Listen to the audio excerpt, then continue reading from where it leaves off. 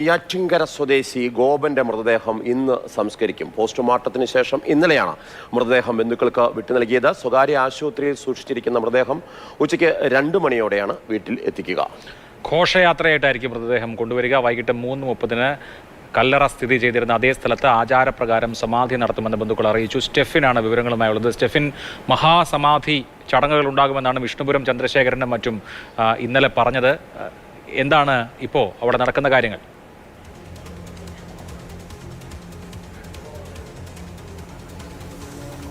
Abhilasha, marshal നേരത്തെ ഗോപന്റെ മൃതദേഹം സംസ്കരിച്ചിരുന്ന അതേ സ്ഥലത്ത് തന്നെയാണ് ഒരു പുതിയ കല്ലറ ഇപ്പോൾ നിർമ്മിച്ചിരിക്കുന്നത്. നമുക്ക് ഈ ദൃശ്യങ്ങളിൽ കാണാം. ഇവിടെ അദ്ദേഹത്തിന് മഹാസമാധി ഒരുക്കുമെന്നുള്ളതാണ് കുടുംബവും അതോടൊപ്പം തന്നെ VSDPയുടെ നേതാക്കളുമൊക്കെ തന്നെ അറിയിച്ചിരിക്കുന്നത്. ഇതിന് ഒരു പേരും അവർ ഇവിടെ എഴുതി നൽകിയിട്ടുണ്ട്. അതായത് ഋഷിപീഠം എന്നുള്ളതാണ് ഈ പേര് നൽകിയിരിക്കുന്നത്. അതിവിടെ നൽകിയിട്ടുണ്ട്. നേരത്തെ ഇതേ സ്ഥലത്ത് തന്നെയായിരുന്നു ആ കല്ലറ ഉണ്ടായിരുന്നത്. ഇന്നലെ പൊളിച്ച കല്ലറ, അതിൻ്റെ അവശിഷ്ടങ്ങളൊക്കെ നമുക്ക് തൊട്ട് അടുത്ത് തന്നെ കാണാൻ കഴിയും.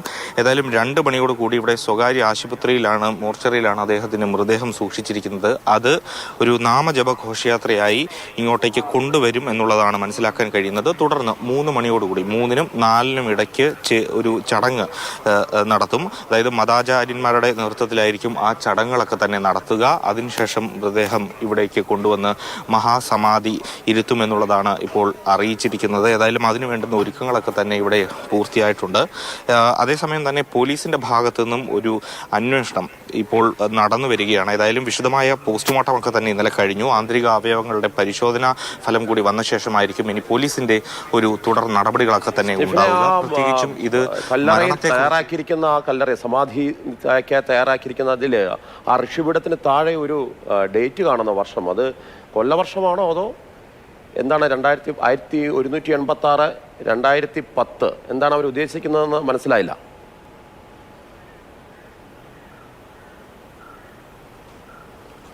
മാർഷൽ, അതായത് 2010 ഇദ്ദേഹം ഇതേപോലെ ആഗ്രഹം പറഞ്ഞത്. അന്ന് അദ്ദേഹം തന്നെ ഈ ഒരു മാർബിളിൽ കൊത്തി ഇത്തരത്തിൽ വെച്ചതാണ്.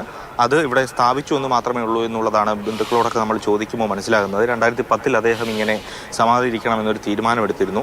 അന്ന് തന്നെ അത്തരത്തിൽ ഈ ഒരു ചെറിയ കല്ലിൽ ഋഷിപീഠം എന്ന് കൊത്തി വെച്ചു എന്നുള്ളതാണ്. എന്നാൽ 1186 എന്നുള്ളത് എന്താണ്, അല്ലെങ്കിൽ അത് കൊല്ലവർഷത്തിൻ്റെതായിരിക്കാം എന്നുള്ളതാണ് മനസ്സിലാക്കാൻ കഴിയുന്നത്. ഏതായാലും ഇന്നലെ രാത്രിയോട് കൂടിയാണ് ഈ കാണുന്ന കല്ലറ ഇവിടെ നിർമ്മിച്ചത്.